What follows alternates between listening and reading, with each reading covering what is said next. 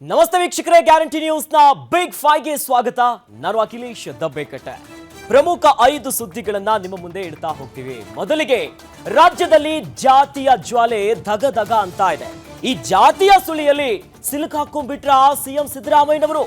ಕಳೆದ ಬಾರಿ ಮಾಡಿದ ತಪ್ಪನ್ನೇ ಮತ್ತೆ ರಿಪೀಟ್ ಮಾಡಿಬಿಟ್ರ ಸಿಎಂ ಸಿದ್ದರಾಮಯ್ಯನವರು ಅನ್ನೋ ಪ್ರಶ್ನೆ ಕಾಡ್ತಾ ಇದೆ.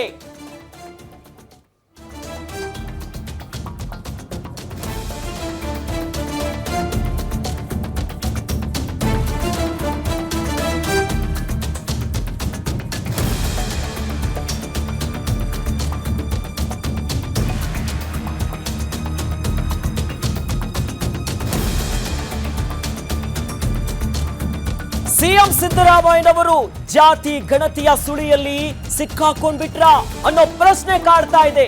ಯಾಕಂದ್ರೆ ಈ ಹಿಂದೆ ಮಾಡಿದ ತಪ್ಪನ್ನೇ ಮತ್ತೆ ಮಾಡಿಬಿಟ್ರ. 2018ರಲ್ಲಿ ಧರ್ಮ ಸಂಕಷ್ಟಕ್ಕೆ ಸಿಲುಕಿದ್ರು ಸಿಎಂ ಸಿದ್ದರಾಮಯ್ಯನವರು. ಈ ಬಾರಿಯೂ ಅದೇ ಸಂಕಷ್ಟಕ್ಕೆ ಸಿಲುಕಿಬಿಟ್ರ ಸಿಎಂ ಅವರು. ಅಂದು ಧರ್ಮ ಸಂಕಟ, ಇವತ್ತು ಜಾತಿಯೇ ಕಂಟಕ. ಹಾಗಾದ್ರೆ ಅವತ್ತು ಸಿಎಂ ಸಿದ್ದರಾಮಯ್ಯನವರು ಮಾಡಿದಂತ ಎಡವಟ್ಟಾದ್ರೂ ಏನು? ಇಂದು ಸಿಎಂ ಮೈ ಮೇಲೆ ಎಳೆದುಕೊಂಡಂತಹ ವಿವಾದ ಆದ್ರೂ ಯಾದ್ರು? ಸೇಮ್ ಹಳೆಯ ತಪ್ಪನ್ನೇ ಮತ್ತೆ ಮಾಡಿಬಿಟ್ರ ಸಿಎಂ ಸಿದ್ದರಾಮಯ್ಯನವರು. 2018ರಲ್ಲಿ ಧರ್ಮ ಸಂಕಷ್ಟಕ್ಕೆ ಸಿಲುಕಿದ್ರು ಸಿದ್ದರಾಮಯ್ಯನವರ ಒಂದು ನಡೆಯಿಂದ. ಈಗ ಮತ್ತೆ ಅದೇ ತಪ್ಪನ್ನ, ಅದೇ ಎಡವಟ್ಟುಗಳನ್ನ ಮಾಡುವುದರ ಮೂಲಕವಾಗಿ ಸಿಎಂ ಸಿದ್ದರಾಮಯ್ಯನವರು ಅವರ ಮೈ ಮೇಲೆ ಸಮಸ್ಯೆಗಳನ್ನ, ಸಂಕಷ್ಟಗಳನ್ನ ಎಲ್ಲವನ್ನ ತಂದಿಡ್ಕೊಳ್ತಿದ್ದಾರಾ?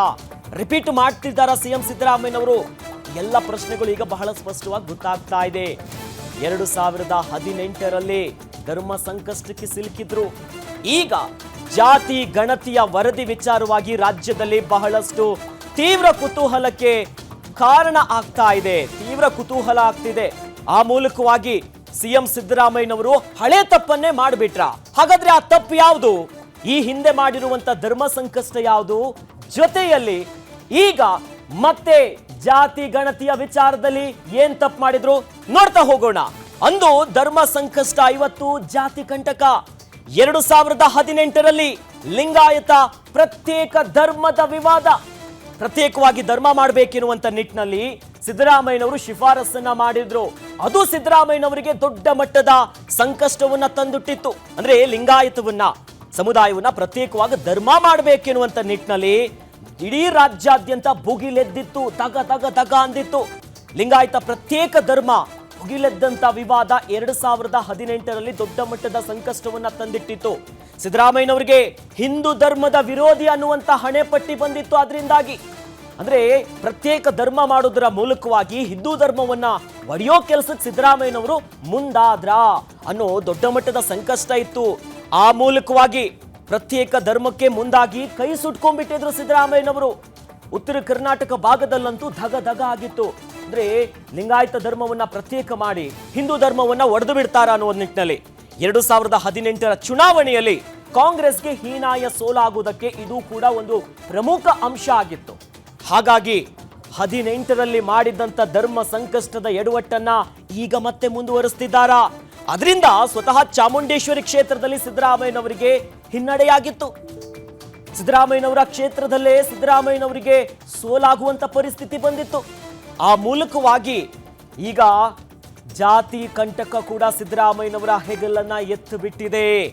ಜಾತಿ ಗಣತಿ ವರದಿಯಿಂದ ಸಿದ್ದರಾಮಯ್ಯನವರಿಗೆ ಸಂಕಷ್ಟ ಮೇಲೆ ಸಂಕಷ್ಟ ಬರ್ತಿದೆ, ಗಮನಿಸ್ತಾ ಇದ್ದೀವಿ ನಾವು. ಈಗ ಜಾತಿ ಗಣತಿ ವರದಿಯಿಂದ ಸಿದ್ದರಾಮಯ್ಯನವರಿಗೆ ಸಂಕಷ್ಟ ನೋಡಿ. ಒಂದು ಕಡೆ ವಿಪಕ್ಷ ಕೂಡ ಈ ಬಗ್ಗೆ ಅಪಸ್ವರ ಎತ್ತಿದೆ. ಸ್ವಪಕ್ಷ ಕಾಂಗ್ರೆಸ್ ಮನೆಯಲ್ಲೂ ಕೂಡ ಒಕ್ಕಲಿಗ ಸಮುದಾಯ ಒಂದು ಕಡೆ, ಮತ್ತೊಂದು ಕಡೆ ಲಿಂಗಾಯತ, ಎಲ್ಲರೂ ಕೂಡ ಸಮುದಾಯದವರು ಜಾತಿ ಗಣತಿ ಸರಿಯಿಲ್ಲ, ಸರಿಯಾದ ಅಂಕಿಅಂಶಗಳಾಗಿಲ್ಲ ಅನ್ನೋದಾಗಿ ಈಗಾಗಲೇ ಅಪಸ್ವರಗಳನ್ನ ಎತ್ತಿದ್ದಾರೆ. ಆ ಮೂಲಕ ಲಿಂಗಾಯತ ಮತ್ತು ಒಕ್ಕಲಿಗ ಸಮುದಾಯ ಕೂಡ ಗರಂ ಆಗಿಬಿಟ್ಟಿದೆ ಸಿದ್ದರಾಮಯ್ಯನವರ ಮೇಲೆ. ಜಾತಿ ಗಣತಿಯ ವಿಚಾರವಾಗಿ ಅಂಕಿಅಂಶಗಳು ಔಟ್ಡೇಟೆಡ್ ಆಗಿದೆ, ವೈಜ್ಞಾನಿಕವಾಗಿ ನಡೆದಿಲ್ಲ, ದಶಕಗಳೇ ಕಳೆದು ಬಿಟ್ಟಿದೆ. ಈ ರಿಪೋರ್ಟ್ ಅಲ್ಲಿ ಏನಿದೆ ಅನ್ನೋ ನಿಟ್ಟಿನಲ್ಲಿ ಕಾಂಗ್ರೆಸ್ನಲ್ಲೂ ಕೂಡ ಈ ರೀತಿಯಾದಂತಹ ಇದಕ್ಕೆ ಹಿನ್ನಡೆಯಾಗ್ತಿದೆ. ಎಲ್ಲರೂ ಕೂಡ ಅಪಸ್ವರಗಳನ್ನ ಎತ್ತಿದ್ದಾರೆ. ಆ ಮೂಲಕ 18ರಲ್ಲಿ ಪ್ರತ್ಯೇಕವಾದ ಧರ್ಮ ಮಾಡಬೇಕೆನ್ನುವಂತ ನಿಟ್ಟಿನಲ್ಲಿ ಮುಂದಾಗಿದ್ರು. ಆ ವಿಚಾರವಾಗಿ ಲಿಂಗಾಯತ ಧರ್ಮದ ಇರುವಂಥದ್ದು, ಸಮಾಜದವರು ಇರುವಂಥದ್ದು ಸಿದ್ದರಾಮಯ್ಯನವರು ಶಿಫಾರಸ್ ಮಾಡಿದ್ರು. ಆ ನಿಟ್ಟಿನಲ್ಲಿ ಹಿಂದೂ ಧರ್ಮವನ್ನ ಸಿಎಂ ಸಿದ್ದರಾಮಯ್ಯನವರು ಒಡೆಯೋದಕ್ಕೆ ಮುಂದಾಗಿದ್ದಾರೆ ಅನ್ನೋ ಹಣೆ ಪಟ್ಟಿ ಸಿದ್ದರಾಮಯ್ಯನವ್ರ ಮೇಲೆ ಬಂತು. ಅದಾದ್ಮೇಲೆ ಚುನಾವಣೆಯಲ್ಲೂ ಕೂಡ ಸಿದ್ದರಾಮಯ್ಯನವರಿಗೆ ಸೋಲಾಯಿತು, ಬಹಳಷ್ಟು ವಿರೋಧ ವ್ಯಕ್ತವಾಯಿತು. ಈಗ ಮತ್ತೆ 18ರಲ್ಲಿ ಮಾಡಿದಂತಹ ತಪ್ಪನ್ನೇ ಸಿದ್ದರಾಮಯ್ಯನವರು ಮಾಡ್ತಿದ್ದಾರಾ? ಜಾತಿ ಗಣತಿಯ ವಿಚಾರದಿಂದಾಗಿ ಬಹಳ ವಿವಾದಕ್ಕೆ ಸಿಲುಕೊಂಡ್ಬಿಟ್ಟಿದ್ದಾರೆ. ಆ ನಿಟ್ಟಿನಲ್ಲಿ ಸಿದ್ದರಾಮಯ್ಯನವರು ಮತ್ತೆ ವಿವಾದದ ಸುಳಿಯಲ್ಲಿ ಬಿದ್ದು ಸಂಕಷ್ಟವನ್ನ ಅವ್ರ ಮೈ ಮೇಲೆ ಅವರೇ ಹಾಕೊಂತಿದ್ದಾರಾ? ಮಾಡಿದ ಎಡವಟ್ಟನ್ನೇ ಮತ್ತೆ ಮಾಡಿ ತಮ್ಮ ಸ್ಥಾನಕ್ಕೆ ಕುತ್ತು ತಂದುಕೊಳ್ತಿದ್ದಾರೆ. ಯಾಕಂತಂದ್ರೆ ಈ ಹಿಂದೆ ಚುನಾವಣೆಯಲ್ಲೂ ಕೂಡ ಸೋಲಾಗಿತ್ತು ಚಾಮುಂಡೇಶ್ವರಿ ಕ್ಷೇತ್ರದಲ್ಲಿ. ಅಲ್ಲೇ ಆ ರೀತಿ ಆದ್ಮೇಲೆ ಈಗ ಕಾಂಗ್ರೆಸ್ನಲ್ಲಿ ಕುರ್ಚಿ ಗಡಗಡ ಅಂತಿದೆ, ಪವರ್ ಶೇರಿಂಗ್ ವಿಚಾರ ಇದೆ. ಇವೆಲ್ಲದರ ನಡುವೆ ತಾವು ಮಾಡಿರುವಂತ ನಿರ್ಧಾರದಿಂದಾಗಿ ಸಿದ್ದರಾಮಯ್ಯನವರು ಸಂಕಷ್ಟವನ್ನ ತೆಗೆದುಕೊಂಡ್ಬಿಡ್ತಾರಾ, ಸಂಕಷ್ಟವನ್ನು ಮೈ ಮೇಲೆ ಹಾಕೊಂಡ್ಬಿಡ್ತಾರಾ? ಎಲ್ಲವೂ ಕೂಡ ಬಹಳ ಸ್ಪಷ್ಟವಾಗಿ ಗೊತ್ತಾಗ್ತಾ ಇದೆ. ಯಾಕಂದ್ರೆ ಯಾವಾಗ ಸಿದ್ದರಾಮಯ್ಯನವರು ಪ್ರತ್ಯೇಕವಾಗಿ ಲಿಂಗಾಯತ ಅಂದ್ರೆ ಧರ್ಮ ಮಾಡಿಬಿಡ್ಬೇಕೆನ್ನುವಂತ ನಿಟ್ಟಿನಲ್ಲಿ ಶಿಫಾರಸ್ ಮಾಡ್ತಾರೆ, ಕೇಂದ್ರಕ್ಕೂ ಕೂಡ ಕಳಿಸ್ತಾರೆ. ಆಗ ಉತ್ತರ ಕರ್ನಾಟಕ ಭಾಗದಲ್ಲಿ ಲಿಂಗಾಯತ ಸಮಾಜ ಯಾರೋ ಒಂದಿಷ್ಟು ಜನ ಪ್ರತ್ಯೇಕ ಧರ್ಮ ಬೇಕಂತ ಹೇಳಿದ ತಕ್ಷಣ ಸಿದ್ದರಾಮಯ್ಯನವರು ಶಿಫಾರಸ್ ಮಾಡಿಬಿಡ್ತಾರಾ ಅನ್ನೋ ನಿಟ್ಟಿನಲ್ಲಿ ಧರ್ಮ ವಿರೋಧಿ, ಧರ್ಮವನ್ನ ಒಡೆಯೋದಕ್ಕೆ ಹೋಗ್ತಿದ್ದಾರೆ, ಇವೆಲ್ಲ ನಿರ್ಧಾರ ಬೇಡ ಅನ್ನುವಂಥ ನಿಟ್ಟಿನಲ್ಲಿ ಒಂದು ದೊಡ್ಡ ಮಟ್ಟದ ಸಂಕಷ್ಟ ಬಂದಿತ್ತು. ಹಣೆಪಟ್ಟಿಯನ್ನ ಹೊತ್ತಿದ್ರು ಹಿಂದೂ ಧರ್ಮದ ವಿರೋಧಿ ಸಿದ್ದರಾಮಯ್ಯನವರು ಅನ್ನೋ ನಿಟ್ಟಿನಲ್ಲಿ. ಈಗ ಜಾತಿ ಗಣತಿಯ ವಿಚಾರದಿಂದಾಗಿ ಈ ಮೂಲಕವಾಗಿ ಅನ್ನೋ ಎಲ್ಲ ಸಂಕಷ್ಟಗಳು. ಹಾಗಾದ್ರೆ ಈಗ ಒಕ್ಕಲಿಗ ಸಂಘದ ಸಮುದಾಯದವರು ಏನು ಹೇಳ್ತಿದ್ದಾರೆ ಬನ್ನಿ ನೋಡ್ಬರೋಣ. ಆರ್ಥಿಕ ಸ್ಥಿತಿಗತಿ, ಅವರ ಸಂಖ್ಯಾಬಲ ಎಲ್ಲವನ್ನೂ ಕೂಡ ಎತ್ಕೊಡ್ತೀವಿ. ಕೊಟ್ಟಾಗ ಅದನ್ನು ತಾಳೆ ಮಾಡೋಣ, ಅದನ್ನ ಬೂತ್ ಮಟ್ಟದ ಈಗ ವೋಟರ್ ಲಿಸ್ಟ್ ಏನಿದೆ ಅದಕ್ಕೂ ತಾಳೆ ಮಾಡೋಣ. ಯಾರು ಬಿಟ್ಟು ಹೋಗುವ ಪ್ರಶ್ನೆಯೂ ಇಲ್ಲ. ಸರಿಯಾದಂತ ನೀವೆಲ್ಲೋ ಕೂತ್ಕೊಂಡು ಬಿಲ್ಡಿಂಗ್ ಅಲ್ಲಿ ತಯಾರು ಮಾಡಿ, ನಿಮಗೆ ಇಷ್ಟ ಬಂದಂಗೆ ತಯಾರು ಮಾಡಿ ಒಕ್ಕಲಿಗರನ್ನ ಲಿಂಗಾಯತನ ತುಳಿಯತಕ್ಕಂಥ ಹುನ್ನಾರ ಮಾಡಿದ್ದೀರಿ ಹೊರತು ಇದು ಸಮಾಜಕ್ಕೆ ಒಳಿತಾಗುವಂತ ಒಂದು ಉದ್ದೇಶ ನಿಮಗೆ ಇಲ್ಲವೇ ಇಲ್ಲ. ಸನ್ಮಾನ್ಯ ಮುಖ್ಯಮಂತ್ರಿಗಳು ಈಗಾಗಲೇ ಕಾಂಟ್ರಾಕ್ಟ್ ಕೆಲಸಗಳಲ್ಲಿ ಒಕ್ಕಲಿಗರನ್ನ ಲಿಂಗಾಯತನ ತುಳಿಲಿಕ್ಕೆ ಏನೆಲ್ಲ ಮಾರ್ಗಸೂಚಿ ಅನುಸರಿಸಿದ್ದಾರೆ ಅಂತ ಈ ಕರ್ನಾಟಕದ ಜನ ನೋಡ್ತಾ ಇದ್ದಾರೆ. ಒಕ್ಕಲಿಗರನ್ನ ಲಿಂಗಾಯತನ ಬ್ರಾಹ್ಮಣರ ಹೊರಗಿಟ್ಟು ಇತರರಿಗೆ ಮೀಸಲಾತಿ ನೀಡಿದ್ದಾರೆ. ಈಗ ಮುಂದೆ ಇದನ್ನು ಕೂಡ ಮುಗಿಸ್ಲಿಕ್ಕೆ ಅವರು ಹುನ್ನಾರ ಮಾಡಿದ್ದಾರೆ. ಯಾವ ಒಂದು ಒಕ್ಕಲಿಗ ಲಿಂಗಾಯತ ಬ್ರಾಹ್ಮಣ ಬೆಳೆಯಬಾರದು ಅನ್ನುವುದೇ ಅವರ ಉದ್ದೇಶವಾಗಿದ್ದರೆ ಈ ರೀತಿ ಕೆಲಸ ಮಾಡ್ತಾ ಇದ್ದಾರೆ. ಹಾಗಾಗಿ ಇದರ ವಿರುದ್ಧ ರಾಜ್ಯ ಒಕ್ಕಲಿಗರ ಸಂಘ ನೇತೃತ್ವ, ಸ್ವಾಮೀಜಿಯವರ ಮಾರ್ಗದರ್ಶನದಲ್ಲಿ ನೇತೃತ್ವ ವಹಿಸ್ತದೆ. ಇತರೆ ಸಂಘಟನೆಗಳ ಜೊತೆಗೂಡಿ ಇಡೀ ಸಮುದಾಯ ಸರ್ಕಾರಕ್ಕೆ ಬಿಸಿ ಮುಟ್ಟಿಸ್ತದೆ.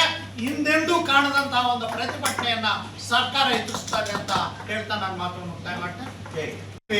ಆ ಸಾಫ್ಟ್ವೇರ್ ಮೂಲಕ ಸಂಪೂರ್ಣ ಅವರ ಆರ್ಥಿಕ ಸ್ಥಿತಿಗತಿ, ಅವರ ಸಂಖ್ಯಾಬಲ ಎಲ್ಲವನ್ನೂ ಕೂಡ ಎತ್ಕೊಡ್ತೀವಿ.